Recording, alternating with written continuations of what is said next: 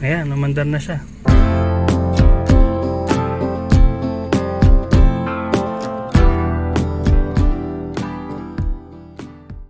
Kumusta mga kabiyahe? Update lang tayo kay Esteban sa pagkakalikot natin. Parang medyo naging okay siya ngayon. Nagtanggal kabit lang ako ng mga sensor or basta mga sensor. Ngayon, one click naman siya. Hindi ko alam kung ano talagang pinaka naging issue ni Esteban. Pero kailangan pa rin natin ipacheck sa mekaniko para sigurado. Schedule na rin natin yung pagpalinis ng throttle body. Pakita ko lang sa inyo kung ano yung mga ginalaw ko para kung may idea kayo, ano ba nagiging cost nun kung nalus yung contact or nahugot, di ba? Yung mga ganong bagay. Ipakita ko na lang kung ano yung mga ginalaw ko. Eto, kagabi, tinry ko lang na hugutin to. Eto, pati yung sa IACV. Wala, tinry ko lang na magtanggal kabit. Hindi ko alam kung anong nangyari. Pero sige, try natin i-start. Kung one click na siya. So ayan, mag-try na tayo mag-start. Ang battery niya ay nasa 12.1. Tingnan natin kung mag-one click na siya. Ayan, umandar na siya. At yung RPM niya nasa 1.5 ngayon, naglalaro. Ganyan din ba yung sa inyo na pumapalo-palong ganyan? Ayan o. Paki-comment nga natin dyan kung ano yung RPM ng sasakyan nyo kapag bagong start. Ayan, cold start. So nag one click naman si Esteban ngayon. At dito sa battery niya 14.4 na. Ano ba to?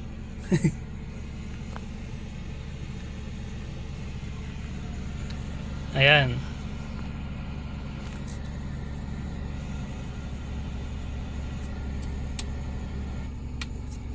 Siya nga pala, update din tayo ng mga binili natin. Bumili tayo nito sa Lazada. Lazada ba yun? Sa Shopee basta? Pero hindi pa natin na-try kung paano gamitin yan. Tapos bumili din tayo ng seat belt. Ito. Tayo na lang nagkabit niyan. Itong seat belt.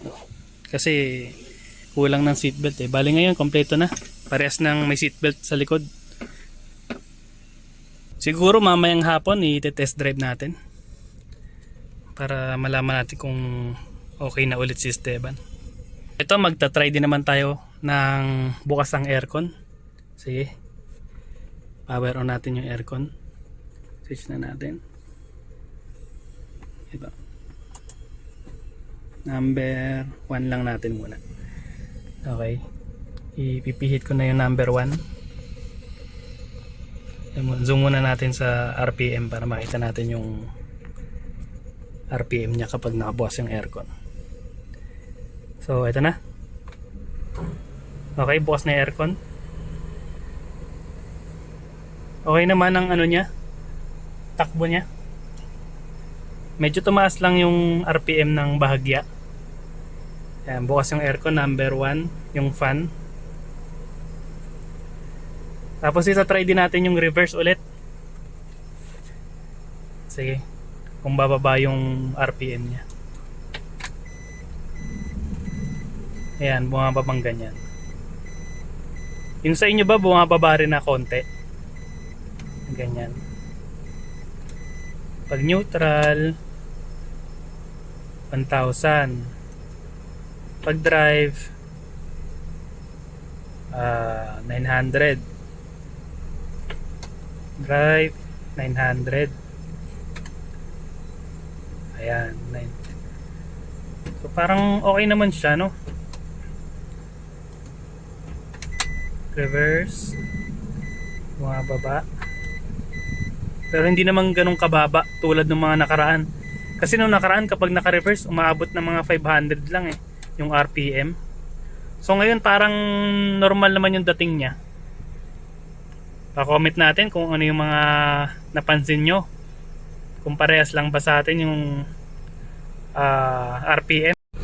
At ngayon try naman natin patayin yung aircon. Patayin ko na. Ayan. Pagkapatay ko ng aircon, yung RPM niya bumaba na ng 900. Tingnan natin kung gumagalaw-galaw yung RPM. Kasi pag hindi daw stable yan, may problema sa sensor, sa map sensor ba yun? Or IECV. Ayan, buksan na natin yung flashlight para kitang kita. So ganyan yung RPM nya. Ganyan ba yung takbo rin yun sa inyo? Mukhang stable naman to ngayon no? Sa palagay nyo okay na si Esteban? Nag-inquire ako online kung ano daw issue na Esteban. Nabanggit sa akin nung pinagtanungan ko, cylinder head daw ang problema ni Esteban. Anong masasabi nyo guys kung tama ba yung naisip nilang sira ni Esteban? May connection nga ba ang pag hindi start at pag hindi stable ng RPM sa cylinder head? Nga pala, i-testing din natin, nakabukas yung aircon, tapos bubuksan din natin yung ilaw. Kasi yung issue nung nakaraan, kapag nakabukas yung aircon saka nakabukas yung ilaw, hindi stable yung RPM nya, bumababa. So try natin ngayon. Open, ayan natin. Switch on natin yung aircon. Okay. Ganyan yung RPM nya. Tapos ang battery naman ay 14.2 at 81 degrees yung water temperature. Ngayon, try natin buksan ng ilaw kung anong magiging epekto sa battery at sa RPM. Ngayon yung RPM parang nasa 1,000 ba yun o 1,100. Pag dito kasi parang 1,100. Medyo iangat kung ganyan. Nasa 1,000 naman siya. Sige, try natin bukas yung ilaw. Ayan, nakabukas na yung ilaw.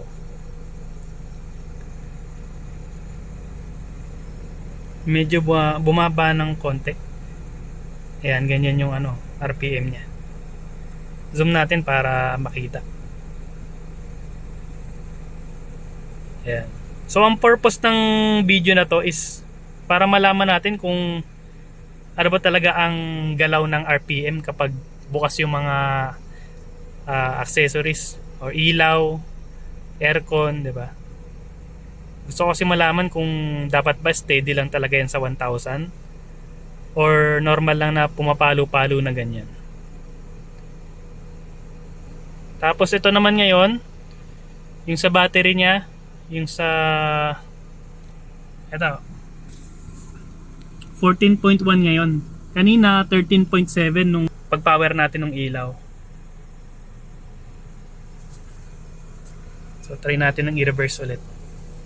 Nabukas yung ilaw, bukas yung aircon. Ayan, try natin reverse.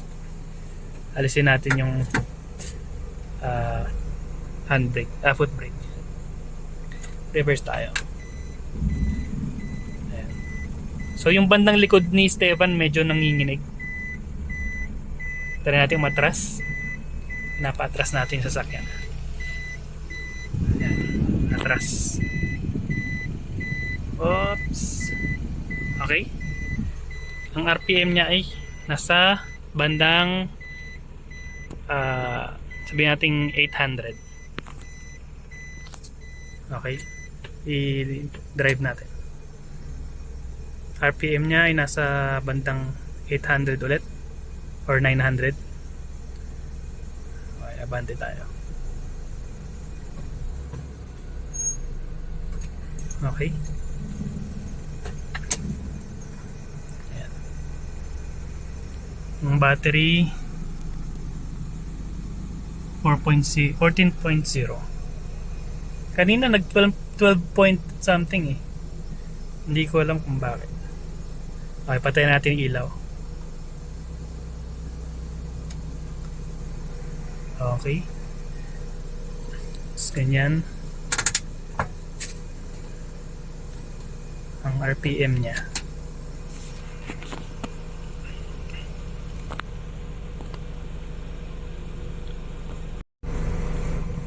Pa-comment naman dyan mga kabiyahe kung ano yung galaw ng RPM nyo kapag bukas ng aircon sa pagpatay or sa pag lagay ng gear sa reverse.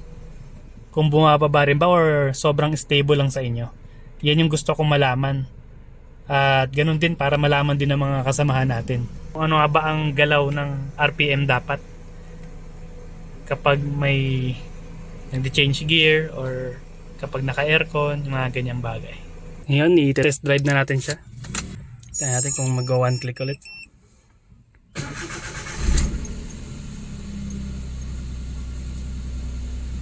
Cold start.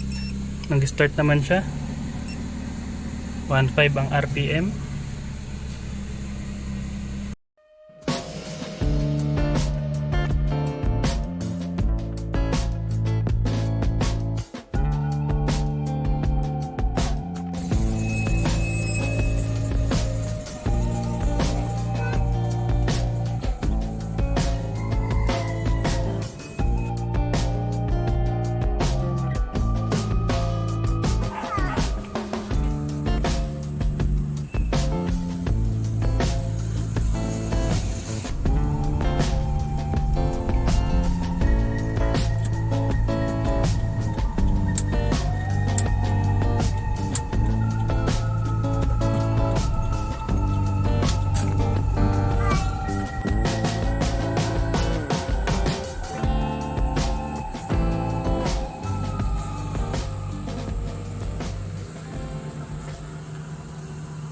Drive na natin, okay naman siya tumakbo.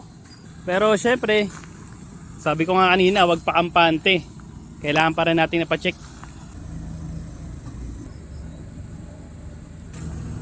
So sa ngayon, parang naging okay naman si Stevan. Pero di pa rin tayo magpapakampante dahil na naayos siya ngayon. Mas maigi pa rin talaga na ipapacheck natin siya sa mekaniko, kaya palinis. Or iniisip ko ako nalang maglilinis ng throttle body. Nag-order na ako ng cleaner. So magtitingin-tingin na lang din tayo sa online kung paano maglinis. Sige, hanggang sa next video na lang ulit. Kita-kits. Salamat sa mga nag-comment nga pala. Next time na natin yung shoutout yung mga nagko-comment ng mga ideas nila. Salamat mga kabiyahe. God bless and ingat palagi sa biyahe.